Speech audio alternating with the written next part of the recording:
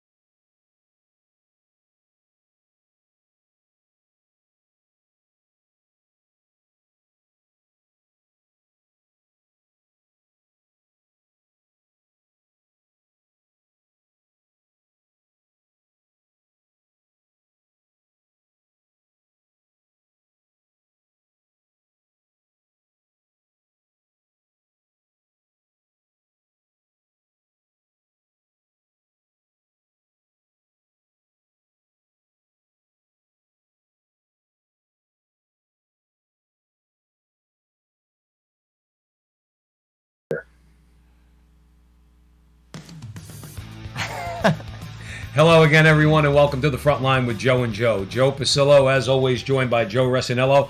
And once more, dear brothers and sisters, not that it matters to our audience here at the Frontline with Joe and Joe on Super Bowl Sunday, we are going into the breach. We don't care about what happens with Tom Brady and Derek Mahomes, okay? Because there's a lot more important things to talk about. So we want to thank you all for joining us here tonight. Remember, please follow Joe and I on both Facebook and YouTube. That's our primary place right now. Jonathan Ross, our producer up at Holy Faith Media, is getting us on other sites. We're gonna start building pages on other sites where if we could stream, we could stream. If we can't, we'll just post our videos, okay? And we're gonna wean off of Facebook and YouTube. But for now, for communications purposes, follow Joe and I on Facebook and YouTube. Like, subscribe, and share. Holy Faith Media also on Facebook and YouTube, okay? Please, the same. Like, subscribe, and share. Now, we're going to be saying this ongoing. We're not going to beat you over the head. There's a lot of times we understand the people that do what Joe and I are doing, okay? They're constantly asking for money, okay? We are not going to constantly ask for money. We're going to remind you now, or we're going to tell you now and then remind you once every show or a couple times, but that's it. Patreon. Patreon.com/Frontline with Joe and Joe. If you want to support us financially, there's different tiers, $5, $20, $50, and $99 per month. And we would love it if we could build up that subscription base so that we could keep our thing going. We could get our word spread out there to as far and wide as the good Lord wants it to be. So most importantly, though, we want to thank you for your prayers. Because Joe and I, we said before, by the way, and we're going to talk about it a little bit tonight. We said, look, it would have been very nice if Donald Trump was still in the Oval Office, but he's not. It's like the line from The Untouchables, Sean Connery. What are you prepared to do about it? Joe and I, Joe spearheaded it, okay? Joe and I started, by the grace of God, yesterday in front of one of our local parishes, a rosary rally. We thought 3 guys were going to show up. Me, Joe, and our friend Vinny. 15 guys showed up. Yeah, it was good. We didn't even know these guys, okay? They found out about it. We sent out an email. We didn't even know these guys. They came. We prayed the joyful mysteries. We had a sign that faced out to the street that said, pray to our Blessed Lady, okay? Pray for America through our Holy Mother, okay? Something along those lines. And we prayed the joyful mysteries. And guess what? That's going to catch on like wildfire. What I'm saying is, by bringing that up, is we fight the battle here first. None of us are perfect. We're all sinners. We all need confession.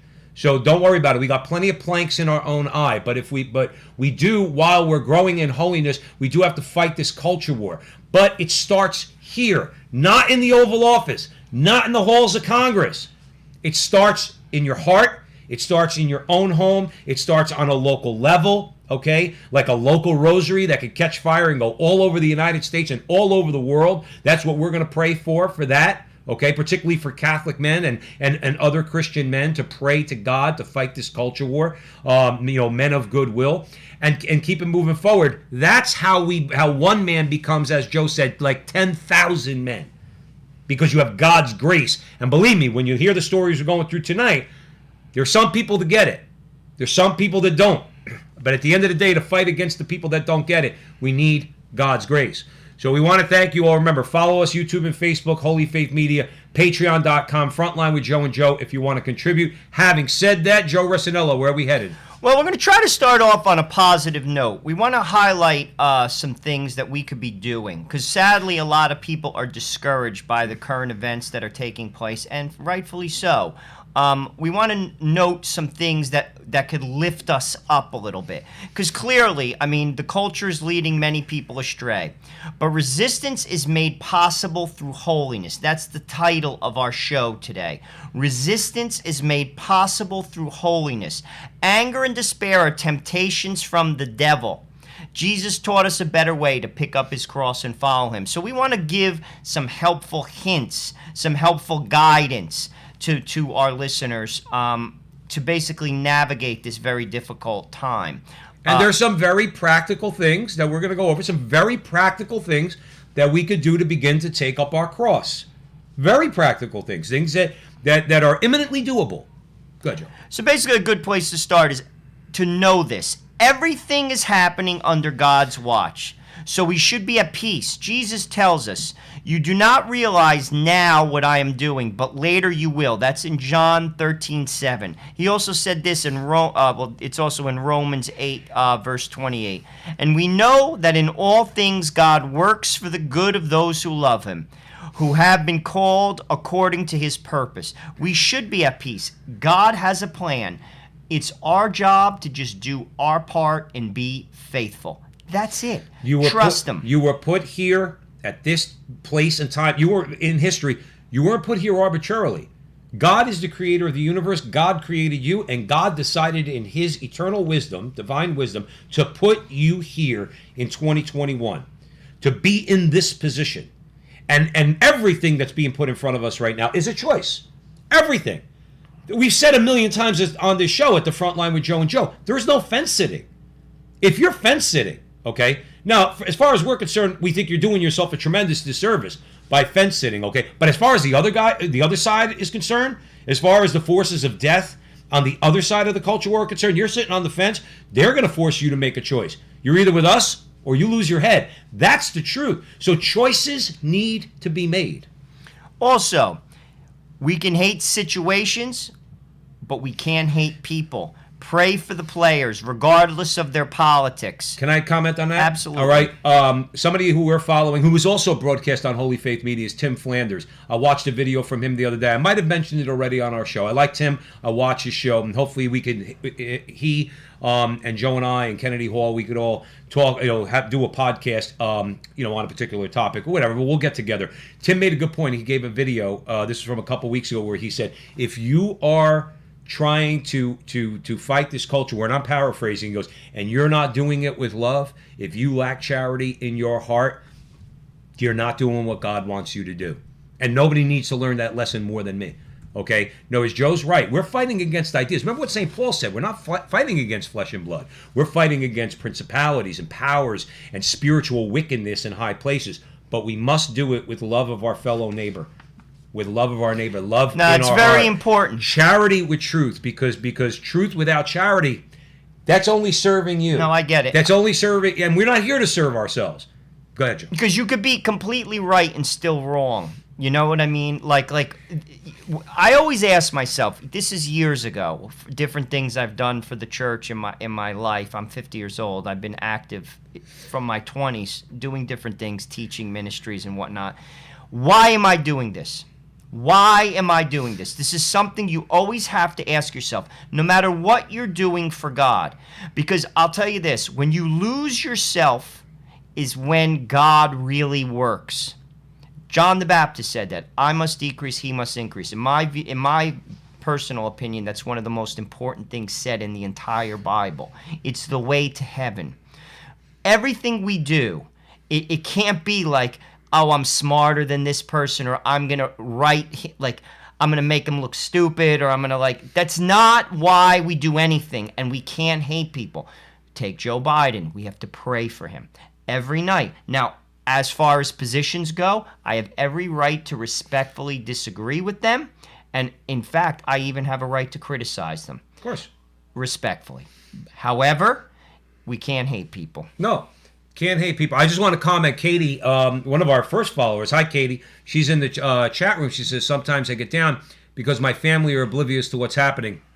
Join the club, Katie. I mean, a lot of people's families, they don't want to hear the way we're talking. And you said something, you're a conspiracy theorist. I just want to put this out there as far as conspiracy theories are concerned. Regardless of what's true, what's not true, what you can prove, what you can't prove, let's say one thing. One conspiracy we all know to be true. Satan and a third of the angels who are in hell with him conspire amongst themselves to destroy you and Joe and me and our families and everybody we love.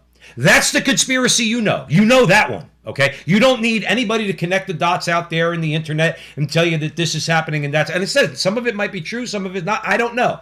I know that conspiracy takes place.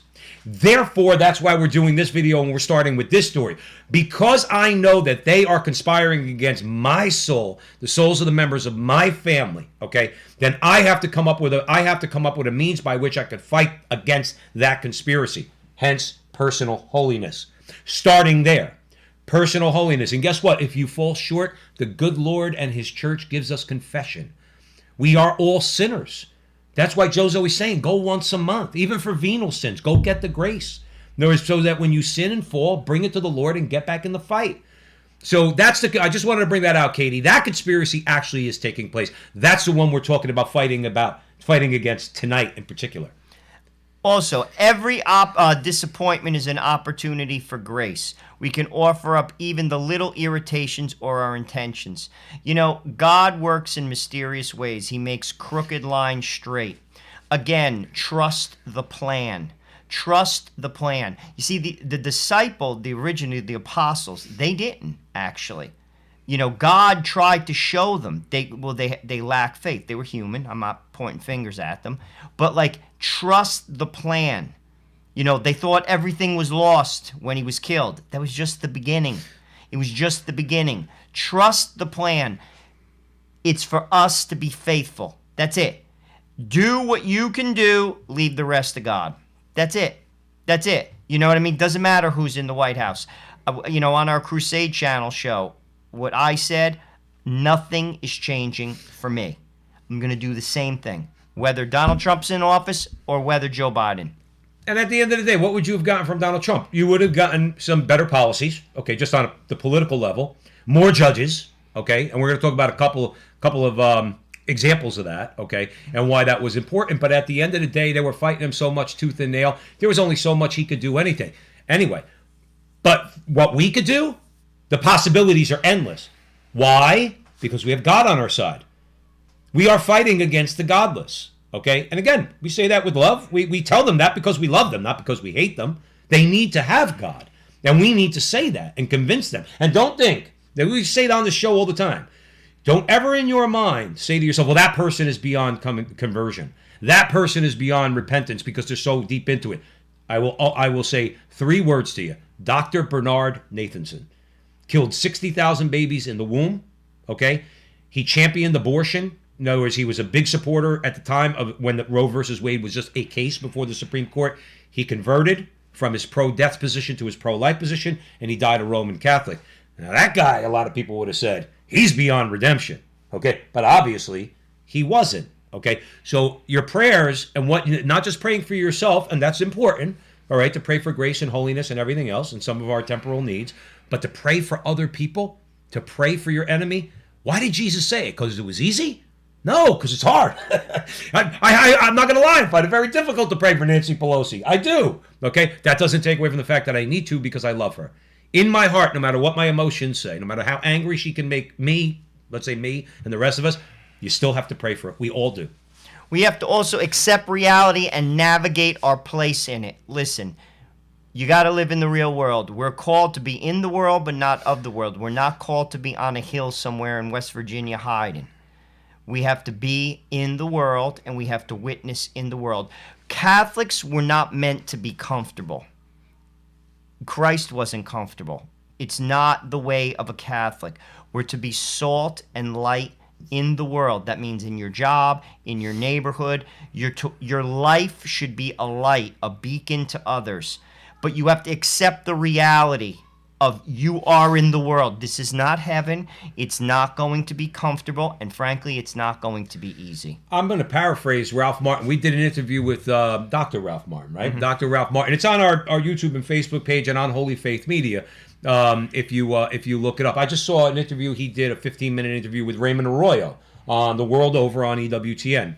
On the record, Joe and I, we love Raymond Arroyo. Okay. We think he's a great guy and a great Catholic. And Ralph Martin, we can't say enough about him. That's what Ralph Martin was saying to Raymond Arroyo. When did the church get so comfortable with the world? I'm paraphrasing, but that's what he was saying. Because we're Catholic. When did we get so preoccupied with making friends with people? Now, it's important to try to be friends. Okay. However, okay, we have to not worry whether or not we're going to be liked. We're Catholic. We know that at the end of the day, no matter what they say, okay, there's been persecution up and down the church, starting with starting with Christ himself, starting with the apostles and the martyrs, okay? But he made a good point. When did we get so comfortable? When did we allow ourselves to get so comfortable that we're so afraid to open our mouths? It's really not, I'm not saying that we need to always constantly antagonize people, let's say especially in times of peace, but we're not at times of peace. We're in a fight to the death culture war. That's what it is. This country's not going to accommodate this culture war. It's going one way or it's going the other. We're here to say we want it to go in the Christian way. They want it to go in the secular way, which means the evil way. Okay? And that's what we're fighting against. There is no more middle ground. Stop worrying about being liked by everybody. Trust me. I had to learn that lesson from a dear friend of mine a long time ago who criticized me. He said, you just want to be liked by everybody. And he was right. You know what? And when I started to take my faith seriously, I started to not care about that. I want to be liked, but at the end of the day, it's not that important. It's not that important. We are who we are in the sight of God alone. You see, ultimately, we are who we are. You see, that's truth. We have to speak the truth. Some people will accept it, some people won't. And all you have to say is the door is always open. That's how I look at it with stuff like that. If someone dislikes you because of you speaking the truth in charity, well, the door is always open. But you're not to bend. You shouldn't bend. Jesus didn't bend, but he loved people. He gave them a chance. If someone extends a hand to you after, say, a disagreement because of on a subject, could be, say, abortion, or it could be same-sex marriage or something like that. Maybe down the road, you accept that hand. That's what to do. Mm-hmm. You know what I'm saying? We're Christian. Again, this is not like a litigation case, in arbitration where we're arguing. Yes, we're going to sometimes get heated. Yes, sometimes we're going to, speak some hard truths, but ultimately we have to reflect clarity with charity and truth with charity. It's very important. I heard this is a great response. I heard this a while ago, a few years ago. A priest was getting berated by someone. I think it was somebody who had left the church. And the priest was getting berated by that person who was saying, he was pointing out all the problems in the church, and this is why I left and everything else. And the priest, with a smile on his face, just didn't try to pick his arguments apart, which he could have done. Okay, what the priest said was, "You're welcome back anytime you like." That guy converted. The priest says the guy went back to him. In other words, to his parish. All right, I'm pretty sure I got the facts right. He went back to his parish. That was the response he gave. You're welcome back anytime you like. Anytime you like. It's like a perfect thing. It's like, because what's the sense in arguing with people sometimes? Well, you can't. You ever think you're going to argue with? If somebody comes up to you and says, "Joe Rossinello, I want you to answer a question for me. Talk to me about this idea of Jesus Christ being raised from the dead, because I don't believe it." That's one thing. The person's asking you to tell him or her what the teaching is of the Catholic Church on the resurrection of Jesus Christ. But if somebody comes up to you and says, "I don't believe in that resurrection stuff. It's impossible. I'm into science. I only believe in science. A human body can't be raised from the dead. Screw you, Catholics." Now you can imagine people saying it, not just saying that, but saying it like that. Okay, what do you say to that person? The Jesus you don't believe in, he loves you too. And then, because you can't argue with them. You can't argue, no matter how much you might want to. Okay? You can't argue with them. Let God penetrate their heart. That person will come back to you. Only God. You see, I'm going to tell you this too. The best thing you could do is it's consistency. Day in and day out. People see it. Trust me. Day in, day out. Year in, year out. People see it. They see the fruit of it in your life. Christ said this very clearly. He said, if you follow me, I am the vine, you are the branch. You will bear fruit, and it will be fruit that will last. That is so true. People who are faithful, whether they're clergy or laity, they bear fruit in their life. And it has nothing to do with them. It has everything to do with them being faithful. That's it. So here's the deal. People see that, and then the Holy Spirit will work on them. You see, true ecumenicalism is this. We'll take a Jewish person. We don't agree theologically. True ecumenicalism, as defined by Pope Benedict XVI, and I think he said it perfectly, is, but you're my friend. You see, we're not going to resolve our differences because we cannot. I believe in Christ, and I believe it's the truth, and you don't. I can't make you believe in it, and I'm not even going to try. Because it's not going to work. But true ecumenicalism does this. I'll be your friend, though, and we won't even talk about religion. And then the Holy Spirit will work on them. Because there is one religion, in my view, and it's the Catholic religion. Christ, Jesus Christ rose from the dead. I am the way, the truth, and the life. That's ecumenicalism, where we respect each other as people. You're my friend, and let him watch you. Let your life speak. And as the days go by, and the years go by, and your friends, that's and the Holy Spirit, because God loves everybody. He loves everybody. That's how you work on people. Absolutely. That's the most effective thing. Absolutely. You're listening to the Frontline with Joe and Joe. Joe Pasillo, Joe Resinello. We're live right now. We're on Facebook, YouTube, and about 23 different platforms altogether. If you like and you want to contribute, you can find us now on Patreon, and the Frontline with Joe and Joe on Patreon, if you'd like to become a monthly subscriber. So having said that, Joe, where are we headed? Well, were you done with that, or you want to actually no? We'll just talk a couple more. Basically, Okay. Padre Pio said, "Worry is not I always got prayer." to leave time for Padre Pio. Yes, don't worry. Okay, Jesus forewarned us about division. There's always going to be division. Accept it. Accept the Christian challenge, and don't complain about it.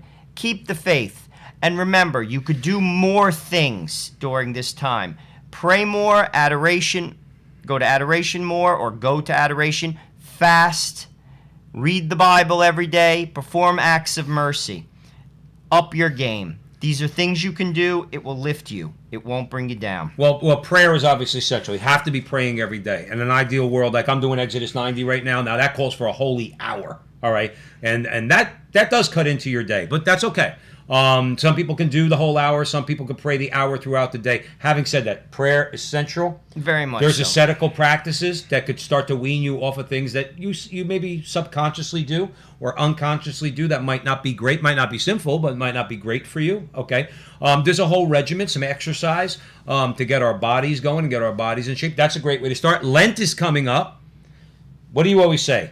Give up something that pinches a little bit. Oh, yeah. Let it pinch you a little bit. So prayer, penance, fasting, okay? Stop. Even if it starts with going old school. No meat on Wednesdays and Fridays. How about you just do that? That's what my mom used to do when growing up. All right, all the old Italians used to do that. It wasn't just Friday, and it wasn't just during Lent. It was Wednesdays and Fridays. Don't eat meat.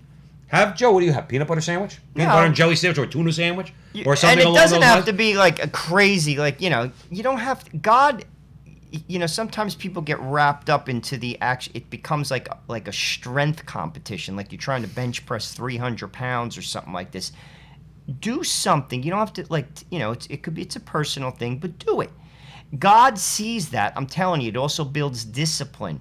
It disciplines yourself. We all need discipline, personal discipline, whether you're a Christian or not. To live a successful life, you have to be in control of yourself. Lent is that time. It opens you up to God. And that's one of the biggest problems in our culture war right now, is the fact that we have many, many people. God bless them. We need to pray for them, and we need to encourage them, okay? Their passions control their reason. Their reason does not control their passions. None of us are perfect in that regard. But it's one thing to accept that. And if you do accept that, you're just going to fall deeper and deeper into being a slave of your passions. There's a big difference between that and sinning. Okay, where occasionally you are weak, let's say for argument's sake, overwhelmed by either lust or whatever the case may be. That's a different story, okay? But that's still not an example of your passions controlling your reason. You must go through life and wake up every day understanding that this controls your passions, okay? And the problem is a lot of people are caught up in that. Pornography, the internet, okay? And I'm talking about stupid internet. I'm not talking about good shows like The Frontline with Joe and Joe or Holy Faith Media. In other words, where you're getting informed of something that needs to, or you're talking about something that needs to be talked about. We're slaves to so many things in this country, and many people, quite frankly, are blind to their slavery. They're blind to it. That's why sometimes we need to point it out. You got again, lovingly, but you got to point it out. Say, hey, you think that's a really good idea to have your nose in your computer all the time? Or have your nose in your phone all the time. So it's very important that we unshackle ourselves from those things that take up our time and our energy, which ultimately could lead to our destruction. We don't want that. And one last untapped resource is church teaching. Not enough of us know our faith. Read what the popes have to say. Read church teaching. When I say people, Aquinas, St. Augustine. Read, you could begin with Pope Leo the 13th onward. A lot of these encyclicals have deep insights. We have all the answers. I'm telling you this right now. The Catholic Church is the truth. It's the truth. And many people read themselves into the Catholic Church. But here's the thing. You got to open up the book. We're in a time where everything is available to us. You could buy books. They're a great, great Catholic resource. Ignatius Press, Tan Books, Sophia Institute. They give us a lot of folks to do interviews with on our show. We have a good relationship with Sophia Institute Press.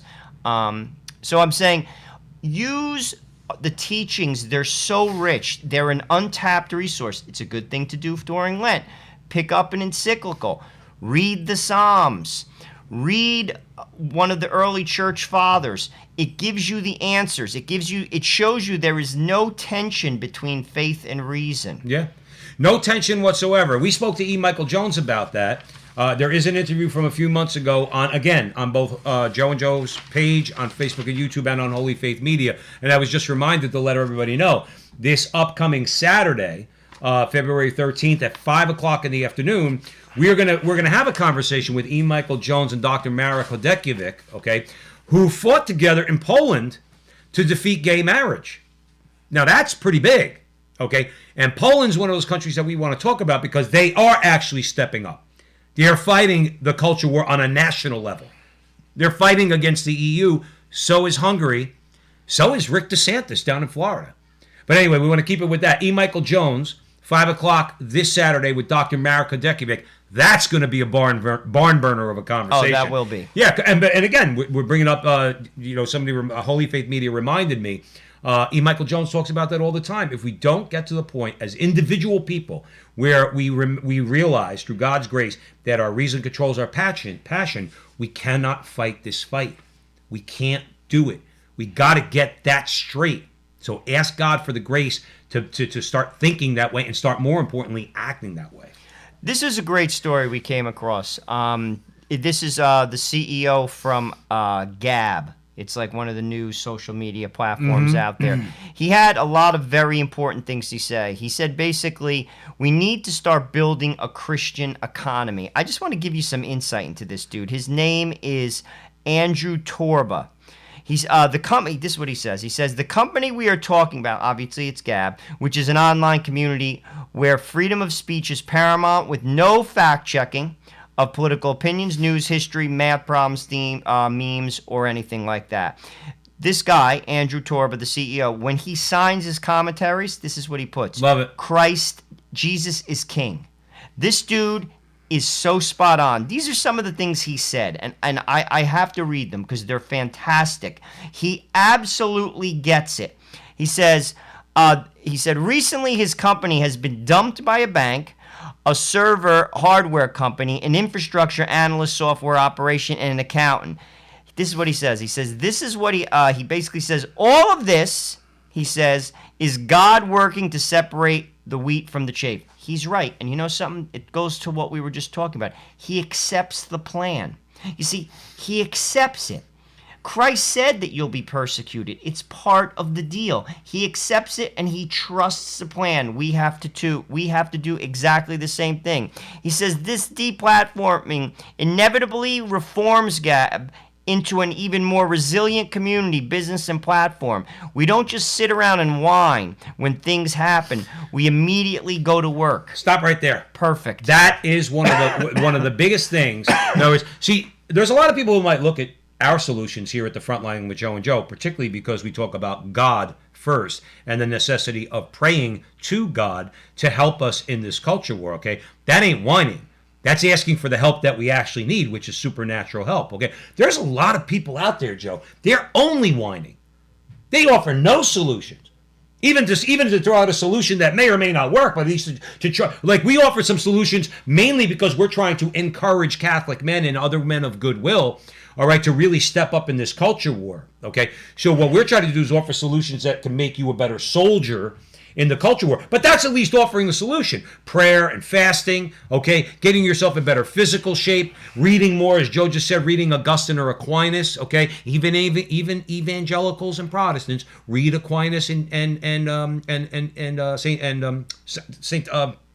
Saint Augustine, okay? I got my tongue there for a second. But at least we're offering a solution, okay? So that we could begin to come together and fight this fight and be prepared to do so. That's what Torb is saying here. In other words, how many people out there, Joe, are just whining and offer no solutions? Some of them are on what's called conservative cable news because they don't offer solutions, or at least they don't offer any solutions that are practical. In other words, and I don't want to pick on anybody, so we'll just keep it general right now, but there's some conservative commentators out there that talk about, well, we need to do this, we need to do that, but you're the one with the money and the platform, but you don't want to form, let's say, some sort of a group to try to do that, okay? You just want to sit there and whine and worry about your ratings. Well, at least Joe and I are trying to offer some sort of solutions, and many other people out there are trying to offer solutions too, and this guy, Torba, gets it. Stop whining. Start doing. Also, he says the problem is that many Christians think that to be in the world but not of the world means very important. He says, giving our money, time, and data to our enemies. This has got to stop right now. That's a non-negotiable. Look at the brands that you basically spend money on. Look at the companies that you basically, use.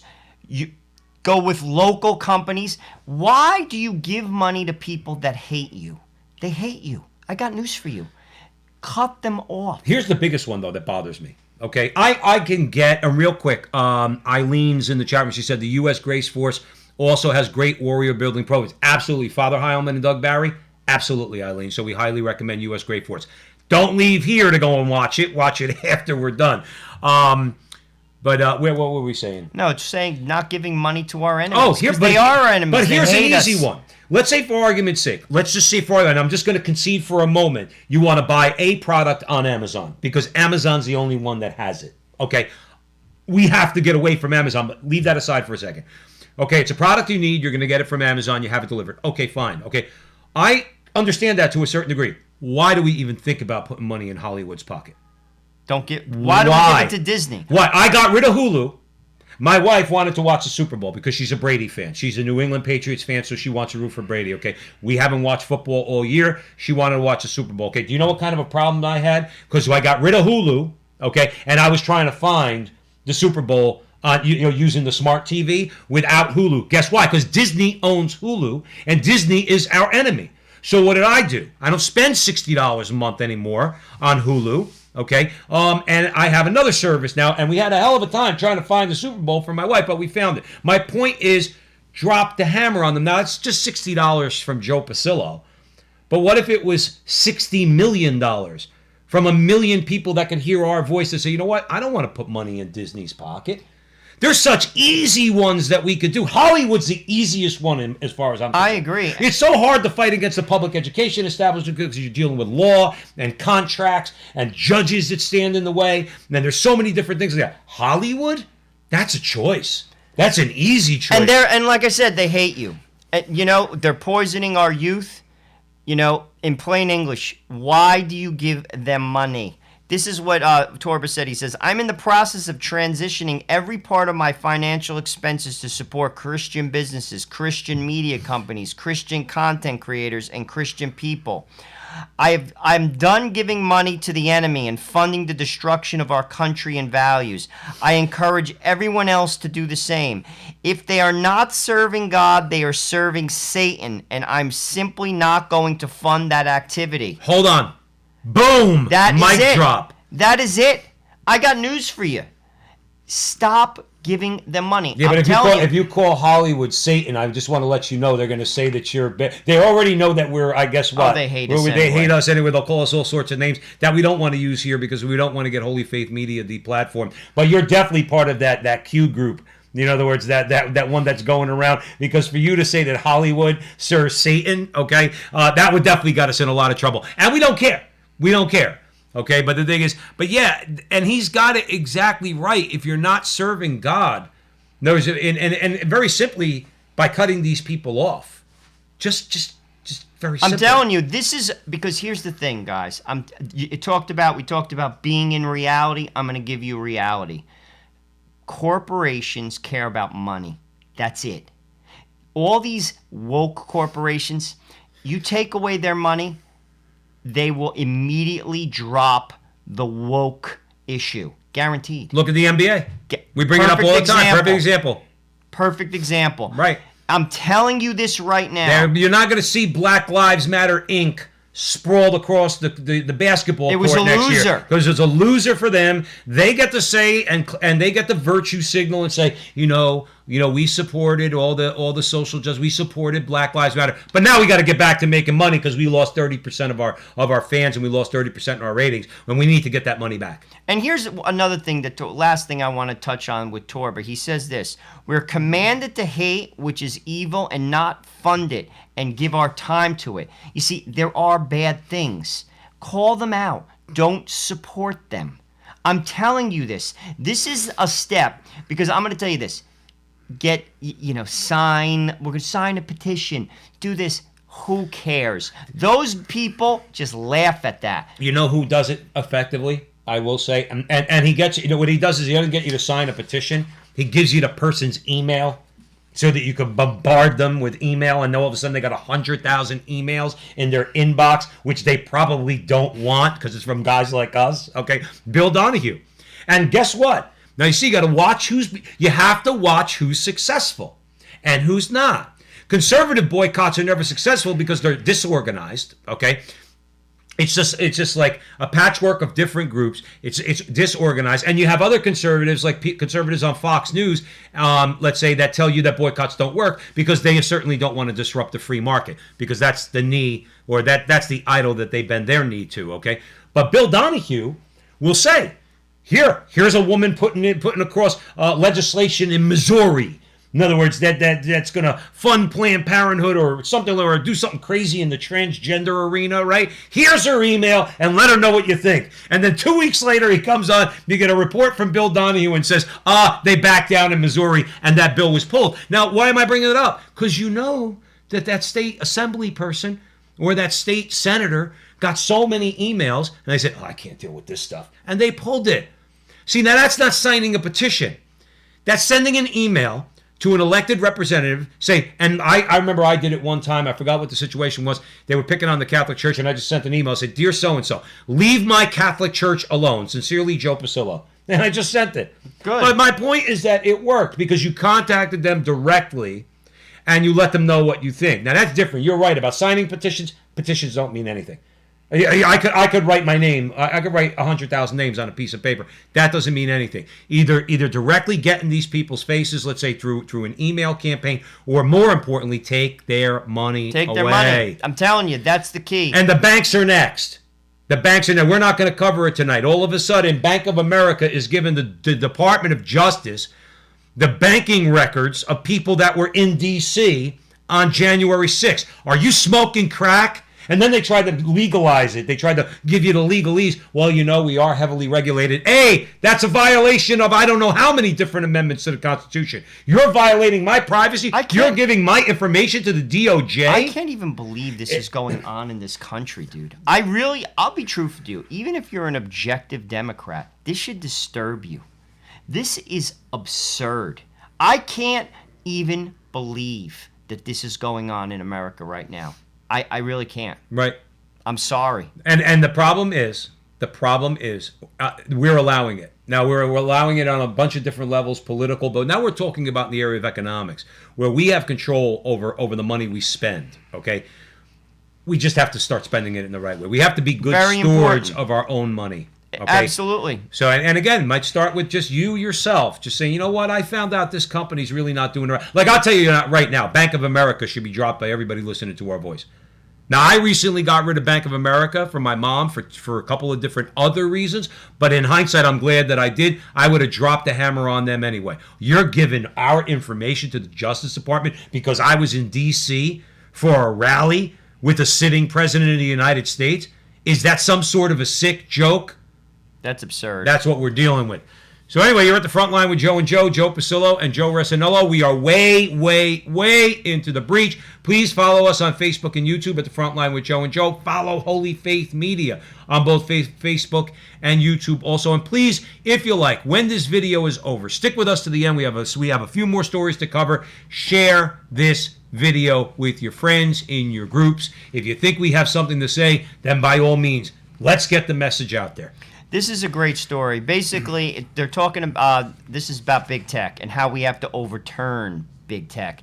And let's talk about some places where that's going on. Poland is one place. And we're also going to talk about Hungary because they're doing the same exact thing. Basically, the Deputy Minister of Justice in Poland, Sebastian Kalada, who is spearheading there's new legislation now, basically confirmed that every time an algorithm is used to limit reach, the user will be informed if and why his reach is being limited. The Polish government has previously confirmed that its new laws against tech censorship will give Polish citizens a statutory right to appeal against bans and content removal if their speech was lawful under the Polish Constitution. With a new free speech board able to order tech firms to restore removed accounts and content on the pains of huge fines. This is huge. This is big, and this is and we're gonna go through this. This story's gonna take a few minutes because we're gonna start with Poland and Hungary, and then we're gonna go down to Florida. So don't think this is just overseas. It's the Freedom Act, by the way. Just so everybody knows, if after the show, not now, it's the Freedom Act. That's Poland's legislation. Why is that important? Let's say, for argument's sake, after this show is over, okay, Joe and I are in the godforsaken state of New Jersey, okay? Having said that, if we go on our YouTube page, and I said from the beginning, I am not patting Joe and I on the back. I am not. I have a little bit more time on my hands than Joe does, okay? I don't have children. Everybody, or most people know my wife and I are in the process of fostering to adopt. Joe's got 4 children under 6, okay? I have a little bit more time on my hands. And I tried like the Dickens. I'm talking about everything. To spread news, to spread our videos on Facebook and YouTube and everything else. And I'm saying I wouldn't be shocked. I'm not saying it's true. I'm saying I wouldn't be shocked if we were shadow banned. Now, can you imagine if we had a law in this godforsaken state of New Jersey that when we go on and we go on YouTube and there's a notification that comes up in our notifications box and it says Frontline with Joe and Joe. We limited your reach because you said X, Y, or Z. Marriage is between one man or one woman. What they're saying in Poland is, okay, if it's lawful if that speech is lawful under the laws of the nation of Poland, and Facebook or YouTube or Twitter or any one of them, okay, in the borders of Poland, any Polish citizen restricts that same speech that's allowed under Polish law, that big tech firm gets fined. And the fines they're talking about, yes, they wouldn't, because you remember something, it would be on an individual basis. So let's say I was in Poland and I got flagged, and they can't show that I violated the laws of the country of Poland. Okay, they get fined $100,000 for me, but then if it happens to Joe, they get fined $100,000 for him. You see how it works? You see how you could fight back? You see how Poland gets it? Again, this is a country that But has it's also money. Well, it's money, but I'm making more of a point. I know what you're saying, but I'm making more of a point about their stones, okay? Because their courage comes from Christ. I believe Christ is mentioned specifically in their constitution, okay? He's declared the king of their country. He's declared the king of their country. Why do you think they have courage, okay? To tell big tech, if you do this to our citizens, you're going to pay. Getting back to what Joe said about money. And Hungary's doing the same thing. They basically confirmed that they'll take action to prevent shadow banning of Christian conservative right-wing voices online. Christian conservative right wing.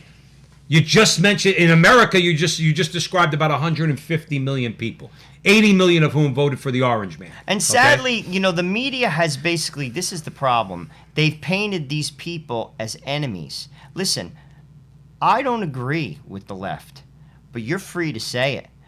I'm just confident that my ideas are better. I'm sorry. But isn't that why they want to stifle free speech? Exactly. Because they know. Because they know. They're lying. I got news for you, and I forget who said this. If Donald Trump was given a fair... First of all, let's go back to what we originally said. We have to accept reality, okay? Yeah, reality you hear that? is this. You hear that, YouTube? You're never going to get a fair shake in the media. Accept the reality. It's a reality. I used to 10 years ago be like, oh my gosh, the New York Times isn't being fair to the Catholic Church. No, they never will be. Right. It's reality. However, we'll talk fantasy for a moment. If Donald Trump was given a fair chance in the media, oh my gosh, he would have crushed it. Crushed it. I mean, to a degree. To a degree, there wouldn't have even been a question. I mean, now again, we're not going to get into that here. We want our show to stay on. And I'm talking pure policy. Right, we're just talking policy. about. If the media was fair, I'll give you a better example. Newt Gingrich said it. I trust Newt Gingrich. I remember he's said smart. It in 2012. No, not 2012. In 2016, during the campaign, he said if the media was fair in America, Trump would be leading Hillary by 10 points. If the media was fair, but they're not fair. Neither is big tech. How do you ban the New York Post on Twitter when this is a legitimate newspaper, the fourth largest newspaper in the United States? Okay, these are journalists and not a rag. It's journalism. When they were reporting on Hunter Biden and the bombshell about Hunter Biden, and Twitter took the New York Post and deplatformed them. And you're now, fine if you with that? did that in Poland, guess what, Jack Dorsey? You're paying. I mean, and that's what they understand. You see, it goes back to money. You see, they don't care about what's right. They care about what's right for them. Find them, they'll stop the practice. You see, that's what they get. Right. You have to find them. You strangle them financially. That's what you do. And we have the power to do it. And nobody's going to tell me that amongst, let's just say, leave it not just with Catholics, all people of goodwill in America. To be defined as what? Because I remember, like when Obama with what was it with the Lebanon Benghazi. Oh, okay, Benghazi. And I remember when that took place. Like they put it in like page 30 in the New York Times. Think that would have been a big deal? And then they just upped the ante with Hunter Biden. They just banned it. I mean, this is again America, and people are okay with that. You see, again, if you're an objective person, sadly most people aren't. You should be like, damn, that was effed up. Damn, I can't believe that. You're not holding this guy accountable. Don't you want to know the truth? And then they basically label you a lunatic if you question. Well, they're in the process of that now. We've been talking about that for the last couple of weeks. So the media knows they're liars. So when people like us, all of us, say, you know what, you guys are a bunch of liars. You suppress stories. You lie about Orange Man. You lie about us. You lie about all these things.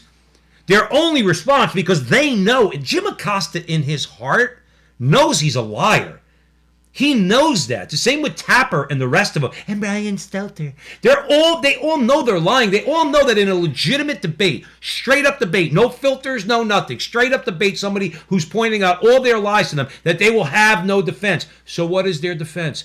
We need to deprogram people because half this country voted for Donald Trump. You're going to deprogram me because I called you out on your lies? Because we all know that you're liars? That is because such a scary statement. Right. I can't Jim even Acosta's believe. going to deprogram me? I can't even believe that is acceptable speech. You want to talk about what's acceptable speech and what isn't acceptable speech? I can't even believe that that's said publicly. Right. But then, no, not only is it said publicly, Joe, it's trumpeted. You got the New York Times saying it. You got CNN saying it. You got MSNBC saying it. And you have people, Joe, they look very serious when they say it, too. You know, these people who voted for Donald Trump, they just absolutely, I don't know what it's going to take, but I think they need to be deprogrammed. Excuse me? What do you think? Because you're not wearing black pajamas and we're not in the jungles of Cambodia? In other words, and you got me in a prison camp? What do you think? That you're going to deprogram 80, 100, 120, 150 million Americans? Do you really believe that? I can't believe. I can't even believe that that's said publicly in America. That should scare you. I'll be truthful with you. Because here's the thing. Things can flip. I think we're at a very dangerous point. And frankly, I think it's statements like that should scare the living daylights out of American people. That's why what we have to do. See, when Joe's talking about being scared, okay? Yeah, I'm not. We're not scared people, but I'm fearful of that. I don't want to go. Remember the novel 1984? I think it was Room 108, Room 101, or Room 108. That was the room you didn't want to get brought into. Okay, and poor Winston got dragged into there where he gets to see his worst fear. He kind of fell in line after that. Okay, I don't want to get dragged in there, but this is a very fearful thing. Okay, we all have loved ones. Okay, we all have loved ones who are of a younger generation, and we want them to grow up in a place that's good and free. Okay, not just free, but good and free. I don't want the Jim Acostas of the world getting their hands on my nieces and my nephews and my little cousins and everything else. In other words, to try to deprogram them, or with them it'll be like indoctrination. With us, it'll be deprogramming. But as Joe said, let's bring this back, and God bless Poland. Okay. By the way, before I bring it back here, remember, Saturday, 5 o'clock in the afternoon, we are going to be talking about Poland with Dr. E. Michael Jones and Dr. Marek Hodeckiewicz. They fought against gay marriage in Poland, and they won. But let's bring it back to the United States. Joe's talking about being fearful of them dragging you into that, hypothetical Room 108, okay? But now, what do they fear? What's Joe been saying for the last 15 minutes, okay? They fear when you seek to use the law to take their money. Now, when you personally don't spend money and put money in their pockets, but also when the government starts stepping up, okay? So let's talk about Florida and Governor Ron DeSantis, because if there's a guy in American politics that gets it, that guy gets it. He absolutely does. He basically announced a major push to curb big tech's political bias and censorship, with measures including a ban on the censorship of political candidates and a mandatory opt-out for content filters for Floridians. Here's some of the regulations he just announced. A private right of action for Florida citizens against tech companies that violate this condition. Fines of upwards to $100,000 a day. Now, that's a private right of action. That means if they can't show me, in other words, what I did wrong, okay, I, as a private citizen, have a right to act and sue them directly under Florida law. Okay? That's not just the government, let's say, fining them $100,000. I have the right to sue them directly for them taking away my right to free speech. Go ahead. These also greater transparency requirements, disclosure requirements, which will be enforced by Florida's election authorities for tech companies that favor one candidate over another. That's important. That is so dangerous. Like, this is, again, as an objective American, I don't know how you could be for that. Also, he gave power to the Florida Attorney General to bring cases against tech companies that violate these conditions under this Unfair and Deceptive Practice Act. Here's another thing which I wanted to point out when I read this. Why isn't every single Republican and Democrat doing this? Honestly, ask yourself that. Even Democrats, because here's the reason why I use that now. You have power now, but you're not going to forever. The Republicans can use this against you. Times change, my friend. It could be 10 years, it could be 20 years, but it will change. But Joe, remember one thing, though, about the left. Remember one thing about them. They will do what they can in the moment, and they know that.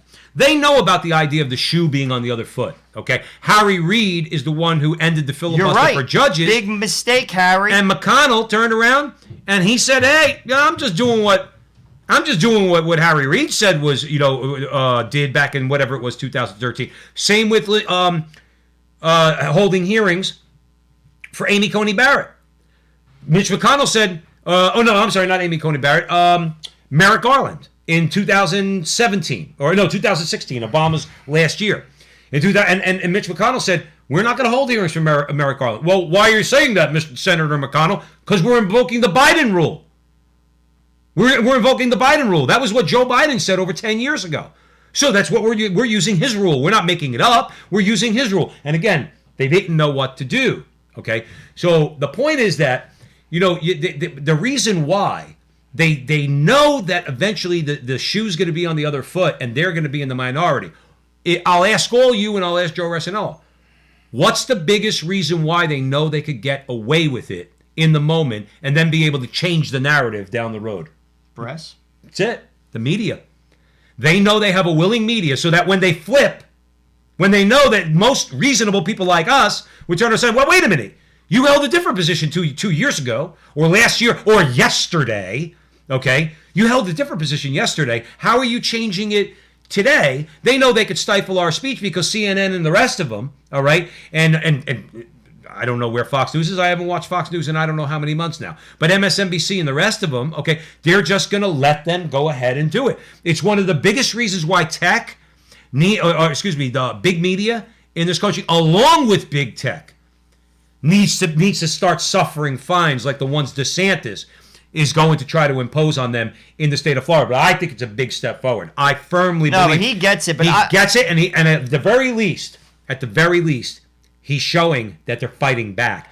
And there's a lot more red state governors than there are blue state governors. So big tech better get it through his head, because DeSantis starts getting on the phone with some like-minded people. Big tech could lose a big part of America, all right, if they all come together and maybe start imposing laws and regulations like this within those states. I think also they got caught up in basically the moment. I think it was a bad mistake, because I'll tell you right now, eventually the GOP will get power again. They're going to break them up. Why make the enemies? I got news for you. If I am Jack Dorsey, if I am Zuckerberg, I'm going to tell you right now, this is my answer. I'm here to make money. I'm telling you this right now. That's what I would say. We are a corporation. I am not a politician. I have a board of directors, and I have to produce a dividend. So guess what? I am not a Republican or a Democrat when I come to work.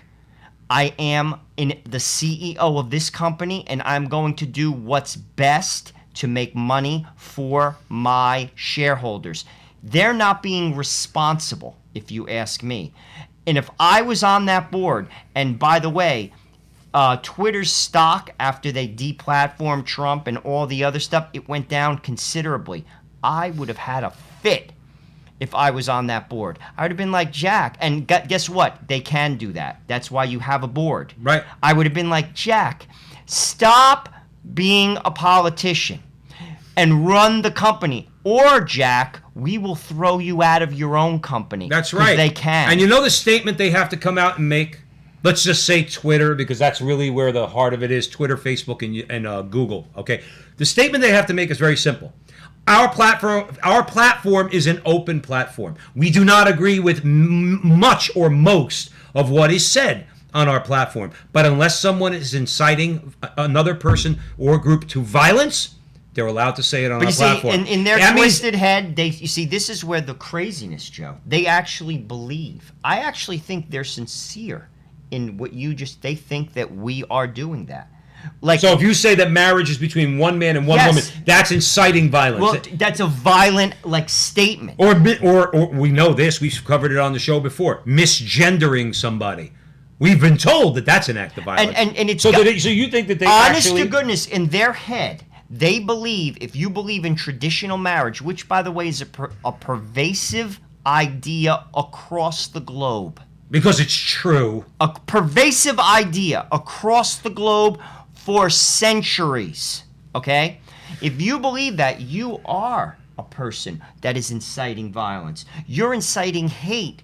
Joe Biden, this is a story we're going to be covering on the Crusade channel tomorrow, basically said, and this is how twisted it is, he said that transgenderism is the civil rights issue of today. No, Joe. Transgenderism is a disorder. And don't listen to me. Listen to Johns Hopkins University. Follow the science, Joe Biden. You keep telling us about COVID. Follow the science. It's the best medical school, arguably, in the world. It's not the civil rights issue of the century. You've turned it into a woke, crazy idea. These people should be respected. These people should be able to get jobs. They should have rights. But to say that a woman is a man and a man is a woman, and to force me to acknowledge that, is insane. Right. I'm sorry. And they will say, and I'm glad you brought up, they will say, because what I proposed was what they should have said and what they probably did say a very long time ago when they first either were founded or came public. We're an open platform. That means if 100 million people on YouTube want to follow the Orange Man, they can. If, God willing, 100 million people on Google or Twitter want to follow the Frontline with Joe and Joe, they can. If you want to follow Antifa, you can. If you want to follow BLM, you can. If you want to exclude people and not friend them, that's up to you. If you want to set your own filters, you could do it for yourself. You could do that, but it's an open platform. That means if Donald Trump gets up there and he tweets, guess what? You got to leave it up there, Dorsey. You got to leave it up there, Zuckerberg, because if you don't, you're violating your covenants. And leave that aside. If you don't, then you're violating. DeSantis is saying now you're violating state law. And guess what? If you violate state law and if you violate the rights of Floridians on your platform, we're going to find you, and we're going to find you heavy. And what DeSantis is doing is what the Democrats did to Donald Trump. They changed the voting rules before the election, right before our eyes. That's what they did. They changed the game before the game was played. DeSantis is doing it now. What he's going to do is he says, it's my state. I'm going to make the rules whereby, make the law and pass it, whereby I am not going to permit you to do this. Every single GOP governor should be doing the same. And if you ask me, the Democrats should be doing the same. It's Democrats, bad business. But the Democrats aren't going to do that. The Democrats aren't going to do that. No, I know what you are saying. You're right. They should. There are some Democrats that are not as insane as Nancy Pelosi, but they're not going to do that. I just want to address Sean Marie in the chat room. Sean, I'm not living off the grid. Okay, I'm not saying you're proposing a Benedict option or that we go live in the woods somewhere. I'm not saying I'm not living off the grid. Now, I'm in the world, I'm not of the world, or at least that's where I'm trying to get to. There are things we could do in the world without going off the grid. We could start setting up our own local businesses, our own local corporations. We could start having our elected officials do the job of deregulation of some of the banks so we can open new banks that are, let's say, funded and who are not discriminated against by the Fed. In other words, who are not woke banks, okay? All sorts of things. We have more money than them. Just so you know, okay? They might have it more concentrated with a few people. But at the end of the day, we have more money than them. We control more of this economy than they do. Why do you think they're always trying to steal our labor? Particularly the Chamber of Commerce and all the globalists are trying to steal our labor because they know that our labor produces wealth, and they are envious and jealous, and they're lustful for the wealth that we create for our families. So they always want to take portions of it, okay? We could create a parallel economy. It would take time, but we could start doing it. We can. We don't have to go off the grid, Sean. I say this, we love you, we respect you, not going off the grid. I'm not going to fight bears in the woods. I'm just not doing it, all right? And even though I like that guy on social media, the one who cooks out in the woods, that guy's a mean cook. I want him to cook me a steak and bring it down here to Jersey, okay? I'm not going in the woods to eat it. So anyway, you're at the front line with Joe and Joe. Joe Pasillo, Joe Rissinello, and we're having a great conversation. We're an hour into it, and we are way into the breach. Please follow Joe and I on Facebook and YouTube. Follow Holy Faith Media, and we flashed the Patreon the Patreon link that you could go to if you want to contribute to the success of the Frontline with Joe and Joe. So where are we headed, Joe? Well, let's talk a little bit about a school in Illinois. The school is it's like one of those high profile magnet schools. It's very prestigious. It's called the Illinois Mathematics and Science Academy. It's in Aurora, Illinois. Now, example of fighting back. Fighting back. Go, Joe. Basically, you have like this school, and they're making this girl. The girl's name is Markel McBride, and they're making her take a sex ed class that her parents don't want her to have to take. Now, there's a slickness going on here. There's a slickness going on here that we'll get into in a second. But go ahead, Joe. You see where the story is going. But here's the thing, and I found interesting about this story. They're making it very difficult for her to opt out of it. But the law of Illinois says this: no pupil shall be required to take or participate in any class or course in comprehensive sex education if his or her parent submits written objection to it. And they're making this basically a requirement. But do you see how they're doing it? Like, again, they see this is where we need to fight back against them. They understand the law. This is not a course, by the way. It's not a course where I think you get a grade for it, okay? It's a program.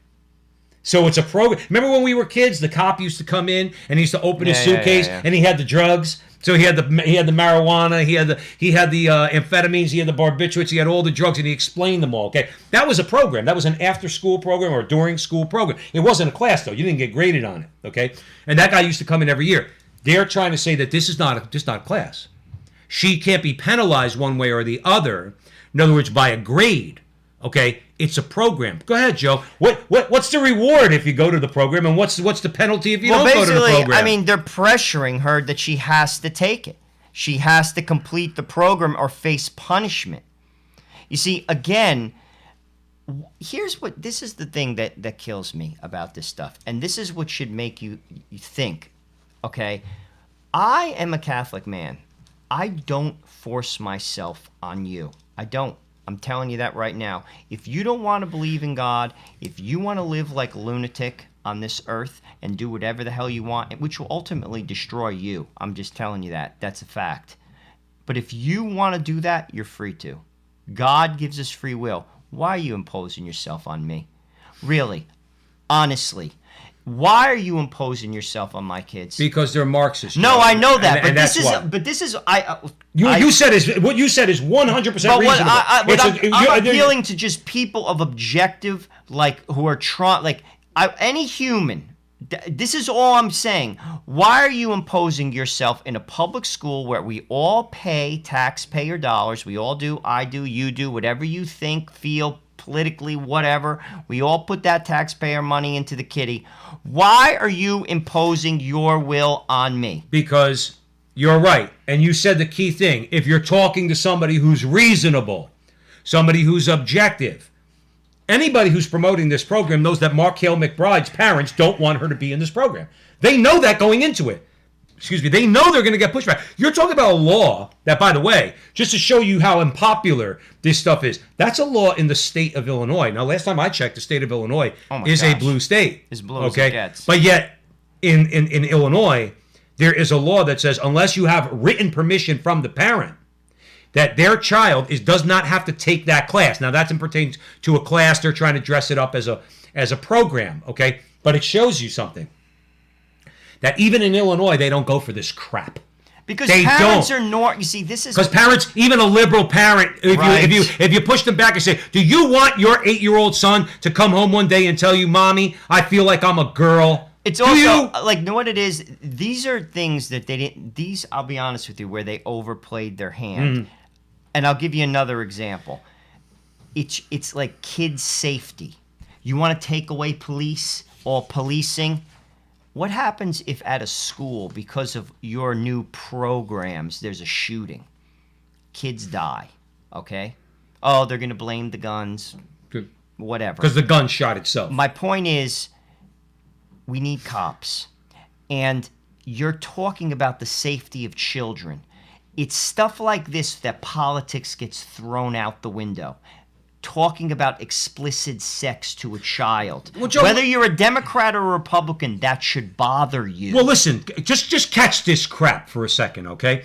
Quote, students participating in the program use, as Joe mentioned, sexual language to identify sexual preferences and gender identity. This is what First Liberty, the group that's fighting against this, said. Quote, in identifying the stages of allyship. Now, there's newspeak for you. That? Allyship. I know what friendship is. I don't know what allyship, but see, we'll get into it in a second, okay? Allyship. The program classifies anyone who believes homosexuality is sinful or immoral as being in the same category or as those who are repulsed by it or think it's crazy. The program offers students the opportunity to become an ally, recording the students who agree and rewarding them for their affirmation with a safe zone sticker and pin. Ooh, I want my kid to have one of those. And the program thus does not respect differing religious beliefs about gender and sexuality. And here's the thing, pressures students to affirmatively signal their agreement with the curriculum. Here's the point. They're telling kids, all kids want to belong. Every kid wants to belong. So what are they doing? They know that, these coercive sons of beasts, okay? They know that. Oh, if you don't participate, we're not going to give you a pin. We're not going to give you a safe zone sticker. And your friends are not going to want to come near you because you think that this is crazy. You see where they're going with this? But now if you say this to a 13-year-old girl or a 10-year-old girl or a 12-year-old girl, okay, you can, number one, do damage. And number two, you're going to get what you want because the little girl, she doesn't know any better. She doesn't have any ill will. In other words, and that's what makes it even more nefarious, because remember what Jesus said, woe to him by whom sin comes to any of these little ones. Better that a millstone were hung around his neck and he were thrown in the ocean. You're bringing this crap, this darkness, this perversion, this sin to a 13-year-old girl and convincing her that it's virtue? You're going to have to answer to Christ. And it's funny. And this is like the new patriotism that the media is selling to our country. And this is why they're the enemy of the American people. People actually believe that you are being a patriot. There are segments of our society by participating in that. Right. This is the new civil rights movement. No, it's not, people. I'm sorry. No, it's not. And you know who's the first? You know who the first group of people to objectively say that? African Americans. There's a lot of African Americans say, don't equate this LGBT agenda with the civil rights movement. All right? And those people who do that are under attack. This is not a civil rights movement. You don't want civil rights. You already have equality. They should have the rights. Every person who identifies as a homosexual, as an individual, should have every right that everyone else has as an individual, not as a married person. As an individual, which means you have a right to a job. You have a right to well, you have the right to pursue it. Yeah. All the things that every single person has, you should have that right. You shouldn't be unjustly discriminated against. No way. But they don't believe that because they'll unjustly discriminate against you if you call yourself a Christian. That's what this group here in Illinois is saying. Okay? They're saying that they'll discriminate against Michaela McBride's parents and her because they don't care about her religious beliefs. Let me tell you something. You know who has privilege right now in America? LGBT has privilege right now in America. They are a higher group than we are, okay? And they know it. And then with stuff like this, what they're doing is they're putting the boot in your face. They're not discriminated against. You don't have a right to get married because you don't know what marriage is. You don't have the right to define what marriage is. You don't have the right to raise a child because the child has the right to a mother and a father. So you don't have the right to adopt children. Do you have the right to walk down the street and not to get the crap beat out of you? Absolutely. I would be there, and if I knew you were gay and you were about to get beat up, I would defend you. Okay? You do not have the right to be assaulted in the street. You do not have, in other words, no one has the right to discriminate against you in the workplace. Okay? And let's say unjustly discriminate against you. Nobody's calling for that. But you don't respect anybody else's rights, but you want to complain that your rights are being trampled on because you can't get married in the eyes of, let's say, Joe and I and the Catholic Church and many other people out there. You're the ones that enjoy more rights out there than anybody else right now. You have more rights than black people. I don't know what civil rights you're complaining about. Black people are still getting trampled on left and right. You guys aren't. So I don't even know what you're saying. It gets tiresome. The bully is calling us the bullies. I would tell Dan Savage that right to his face. You're the bully, yet you accuse everybody else of being bullying. You are the bully. You. All the LGBT mafia, the LGBT rage mob, they are the bullies. And we know that they don't care about homosexuality, that they're really Marxists, because we covered it last week. Look at what Antifa did to Andy Ngo. They beat the crap out of this kid who's a homosexual conservative journalist, okay? They beat the crap out of him, and the LGBT rage mob didn't have one word to say about it. They let that homosexual get beat up. You want to know why? Because he's deplorable. Last story of the night. I'm sorry to go up on a rant, Joe, but it gets to the point where, listen, I'm not getting by. Look, I got bullied when I was a kid, when I was in high school. I'm sorry to tell you this, Dan Savage and the rest of the LGBT rage mob. Not going to let you guys bully me. My days of getting bullied ended when I was 15 years old, okay? When I punched the kid who was bullying me right in his face, okay? I caught a beating after that. But guess what? The bully didn't beat me up anymore, okay? So get it through your head. We're not getting bullied, and we're not going to allow you to bully us. In any way, by the way, and particularly our children. This is end on a good note. It's the Seventh Court of Appeal. There's a good note in all this? Yes. Basically, this is a court in Indiana, the federal court, 7th District, basically concluded that the county's nativity scene is constitutional because it fits within a long national tradition of using the nativity scene as a broader holiday display to celebrate the origins of Christmas, which is a public holiday. This is the importance of this. Obviously, it's not Christmas, but why is this important? Because the judge, Amy St. Eve, is a Trump appointee. That's right. And she wrote the majority. That's why we bring this up. That was the main driver why Joe and I voted for Donald Trump. It's because of judges. Judges. This is what the good judge had to say about her basically majority that she wrote. She said the county's nativity scene is part of a larger Christmas display that contains various other symbols of Christmas, including Santa Claus in his sled, a reindeer, 4 carolers standing in front of a lamp post, and 7 prominent candy-striped poles. The government celebration of Christmas comports with a larger pattern of government-recognized public holidays, Christian and non-Christian alike, so therefore it should stand. What is the problem? Again, you say that I'm imposing myself. No, I'm not. No, I'm not. But do you see how nefarious the ACLU is? They know this has nothing to do with the Establishment Clause. Nothing whatsoever. This is the way they tell basically Christian communities that you cannot put a Christian message, a Christmas message, on town property. Let's say in front of the courthouse or in front of the city hall. Who are they bothering? Are they really discriminating against, what's her name, Miss Woodring? Okay, or is Miss Woodring just a troublemaker?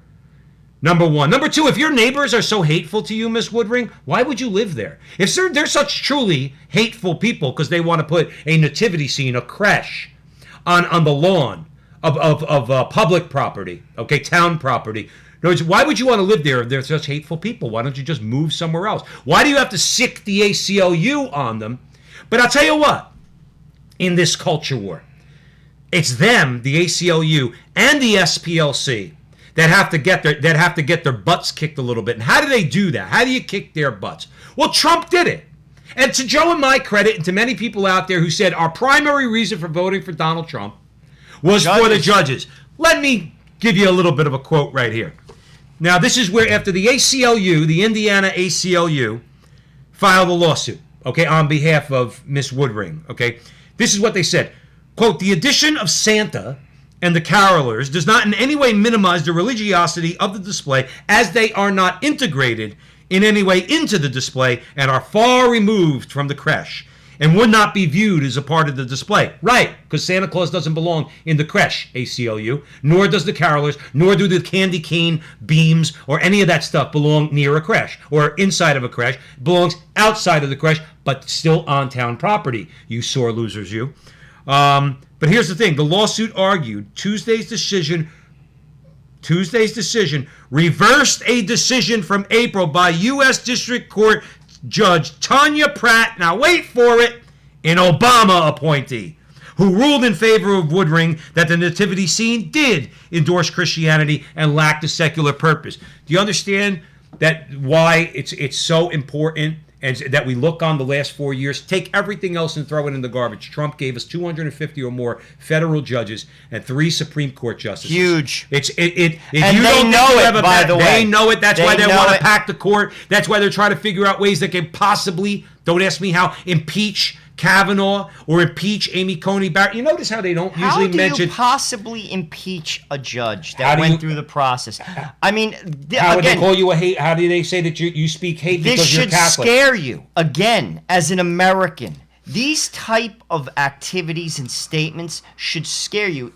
Oh my gosh, I can't even believe it. This country, I'll be truthful with you, man.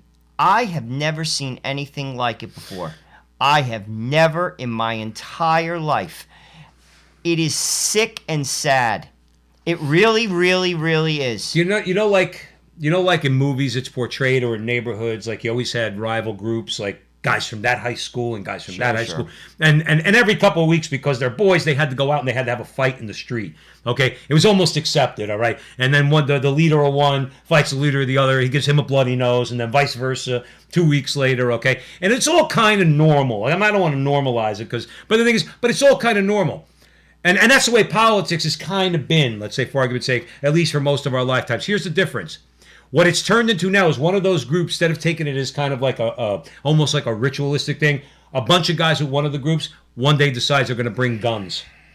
In other words, that it no longer becomes a matter of, let's say, civility when it comes to, I might be using a crude example, but when it comes to political discourse in this country and everything else, okay, now they brought the guns. They've laid those guns in traps over the course of the last 50 years in the courts and every place else, and now they're pulling them out. And I say figuratively, but in other words, they're pulling out the big guns. And they bring out the ACLU, they bring out the Southern Poverty Law Center, they do everything they can because they're not interested in a fair fight anymore, like the 2 gangs I'm talking about. Now they want to crush you.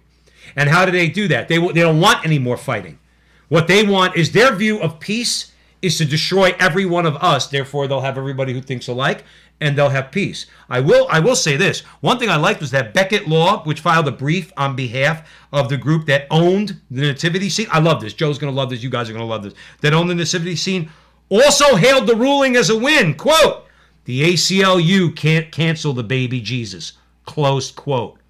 How do you like those apples? Now, see, that's what you need. Now, I'm not joking. I mean, I might sound like a little tongue-in-cheek when I say that. I'm not joking. The ACLU, you cannot cancel the baby Jesus. You can't. That means you can't cancel his people. That means you can't cancel his church. You see, you pushed and pushed and pushed and pushed for the last 100 years.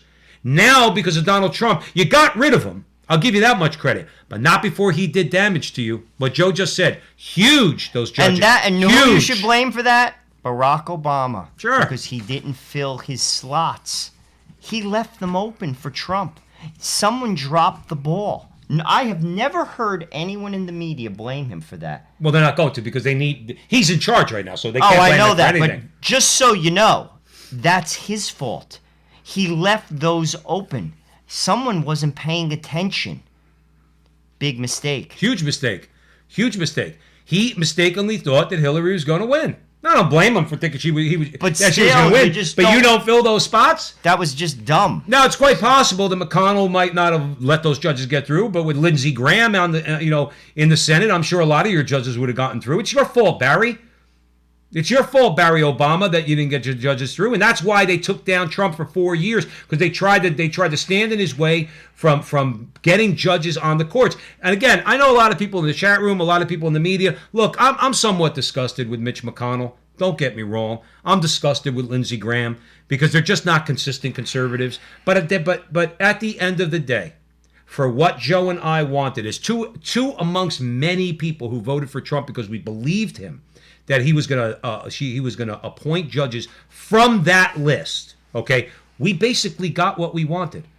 Now, I'd be a hypocrite if I was like Steve Bannon says, stop sucking your thumb. If I was sucking my thumb over Biden being in the Oval Office with Kamala, and when Biden gets kicked out, it's going to be Kamala and probably Andrew Disgraziad Cuomo. Okay, if I was still sucking my thumb about that, that's one thing. But guess what? I'd be a hypocrite.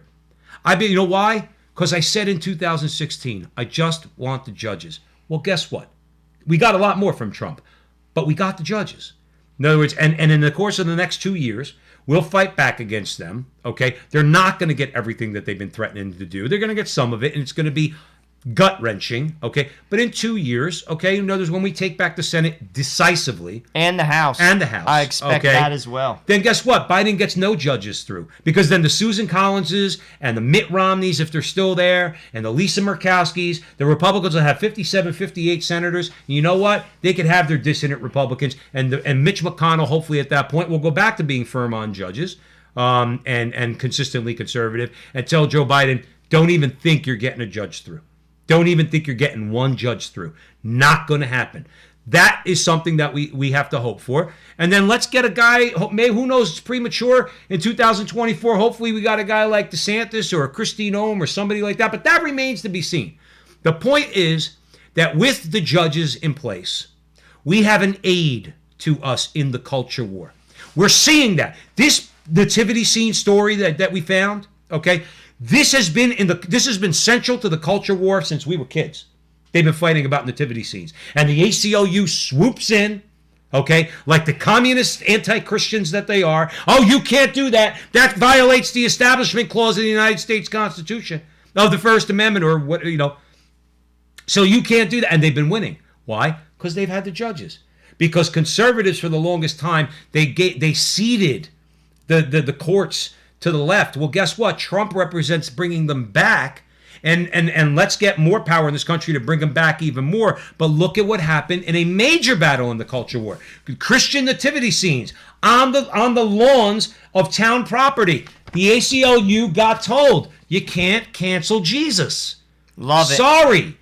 Those are Christians in those communities. There might be a Jew here or a Muslim there. They're not complaining. And if Miss Woodring is complaining, guess what? There's nothing for her to complain about because there's secular items out there too. And here's the thing. But the creche is the creche and it stays by itself. If you want to put a symbol for for Hanukkah, go for it. Nobody stopped her. Go for it. I don't know what she is. No, but I'm just saying, it doesn't offend me.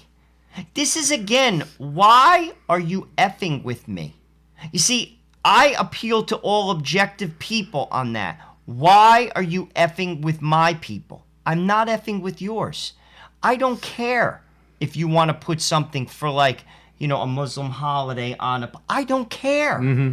But yet you, not necessarily Muslims, I'm just the general you are effing with me. Right. And it's not American. It's not an American idea. It should bother everybody. It's going on, people. We're at a very, very, very dangerous place in this country right now. They think we're dangerous. Actually, no. I think you're dangerous. Oh, they're more than dangerous. And what they can't stand is that they've been dangerous for a very long time, and now we're fighting back. We're fighting back, and that's and there's nothing you could do about it. ACLU and SPLC. Not only are we fighting back, in other words, trying to use the law, trying to use the courts.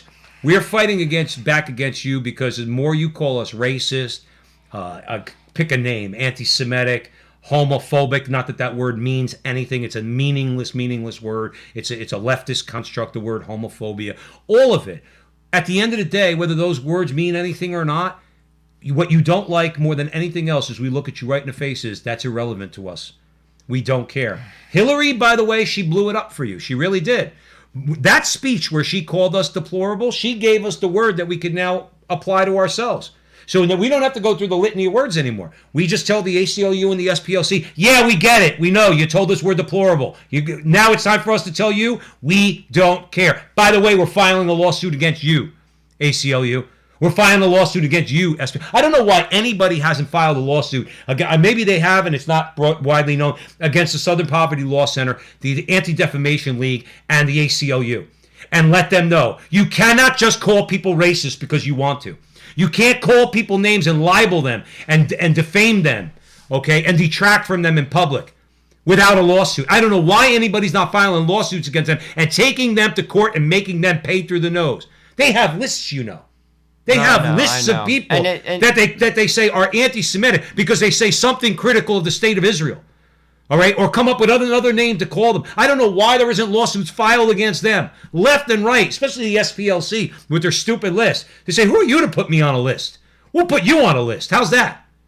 I don't know. But at the very least, aside from that, at least we're fighting back. And those are the type of stories we're covering here at the Frontline, Joe and Joe. And a good message, I think, Joe, you wanted to start with tonight about let's start here.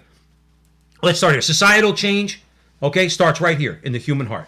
That's where it changes. Start with you, okay, and then bring it out to other people. But ask God for grace first, okay? Ask God to become a soldier in his army and then go out there and fight this culture war. Not on their terms, on our terms. Not in their violent, let's burn down city ways. We fight with the truth. That's why they hate you ultimately. That's why they hate us ultimately, and many other people out there. They hate us because we tell the truth about them, about their evil, and the things they're trying to promote in this country. And we're stopping them. We're going to continue to stop them. And we don't need Donald Trump or the Republican Party to do it. We love Donald Trump. Absolutely did. I didn't agree with him on everything. Far from it. Okay? But he was a good president. But he's not there anymore. And the Republicans are out of power. So we shouldn't have looked to them for everything to begin with. Now even more so. Let's look to God. Let's ask for the grace that we need. And then we could get out there and we could fight this battle. Do you agree, Joe Resnello? Absolutely. That's what I say. Absolutely. So we want to thank. Any final thoughts, Joe? Well, no, to be honest with you, try to do a little something extra, I would say. If you don't pray the rosary, start. If you don't read the scripture every day, start. If you don't go to confession regularly, start. Up your game a little bit. It'll make you feel better, it'll give you hope, it'll give you faith, and I think it'll give you courage and strength. And that's what we need, especially amongst Catholic men. We have to get out there and we have to fight the fight. And I'll be honest with you, if we do so, there is no doubt in my mind we can make an impact. Absolutely. So thank you for joining us here at the Frontline with Joe and Joe. Like, subscribe, share, do all that fun stuff on Facebook and YouTube. Please follow Holy Faith Media on Facebook and YouTube. And Patreon, Frontline with Joe and Joe on Patreon. If you want to contribute, please do so. And remember, until the next time, that our conversation is your conversation. And that conversation, it's going on everywhere. We'll talk to you guys next week. Thanks for listening.